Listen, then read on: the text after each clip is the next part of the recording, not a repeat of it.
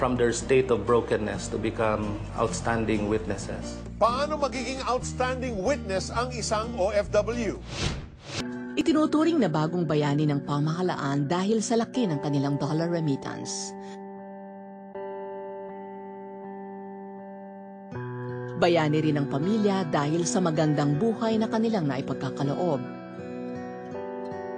Subalit bayani bang maituturing kung ang isang OFW ay namumuhay sa bisyo at tawag ng laman?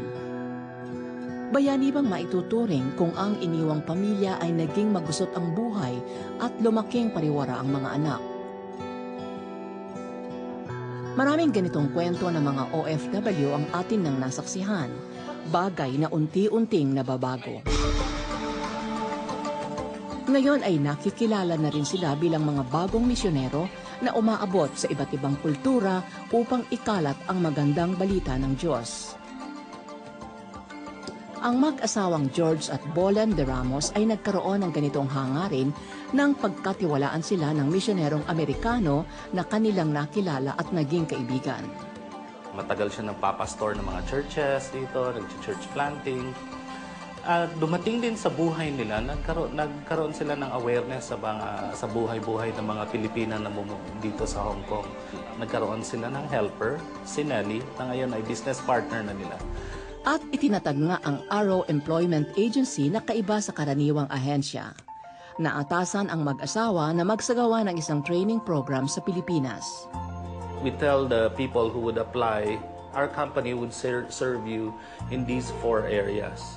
Number 1, we'll help you find a job. Number 2, we want you to develop certain financial security as a result of that. Number 3, we know you're here because of your family. Therefore, we want you to develop yourself as a family person, as a mother or as a parent or as a daughter. And then number 4, we want you to develop for you to develop your faith in God. So, 4 na F yan. We developed the curriculum in such a way that it became, sabi nga ng iba, parang retreat okay? Parang camp, ganoon. So, nakakilala sa Panginoon, doon sa training program until they came here. Sa paglipas ng panahon ay lumaki ang bilang ng mga Pilipinong kanilang nare-recruit at na-train at naipapadala sa Hong Kong. Dahil dito ay nabigyan ng bagong tungkulin ang mag-asawang George at Bolan. This couple requested us to help them here in Hong Kong already to take care, alagaan itong mga Pilipino na nakakilala na sa Panginoon. Kumbaga, kailangan ng may magpapastor sa kanila.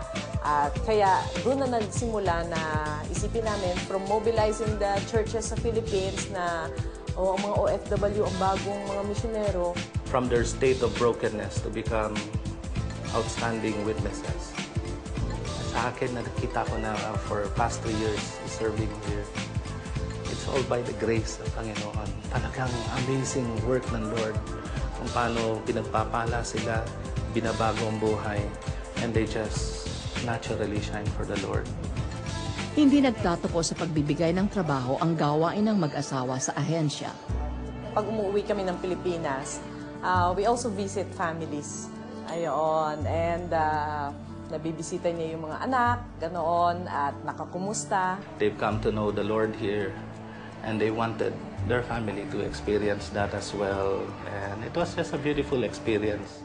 Naalala ko yung kwento ng isang lady namin, si Susan. Sabi niya, dumating yung point na maghihiwalay na yung mag-asawa na employers niya. And ang ginawa niya, nag-aaway, yung mga bata umiiyak. Ginawa niya, niyakap niya, tapos sabi niya, let's come here, we will pray.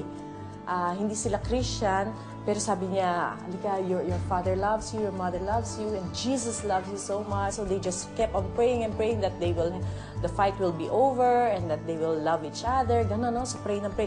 Mamaya konti, sabi niya, in Jesus' name, sumagot yung 2 bata ng Amen. Yung pala yung father, yung nandun sa likod, nakatingin. Dahil sa nasaksihan ng lalaking amo, hindi natuloy ang hiwalayan. Do not leave us, please. Please do not leave us. We need you. And thank you that you pray to your God. Do you think your God can also be my God?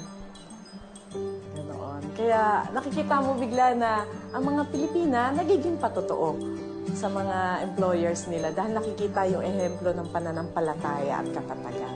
The Lord sovereignly sent the Filipinos out of the country. God has a plan for us, and it is up to us to really surrender our lives to Jesus Christ. At parati namin sinasabi sa mga kababaihan at siguro sa lahat na rin ng mga nakakakilala sa Panginoon, no, hindi lang kayo overseas Filipino workers. Be an outstanding Filipino witness for Christ.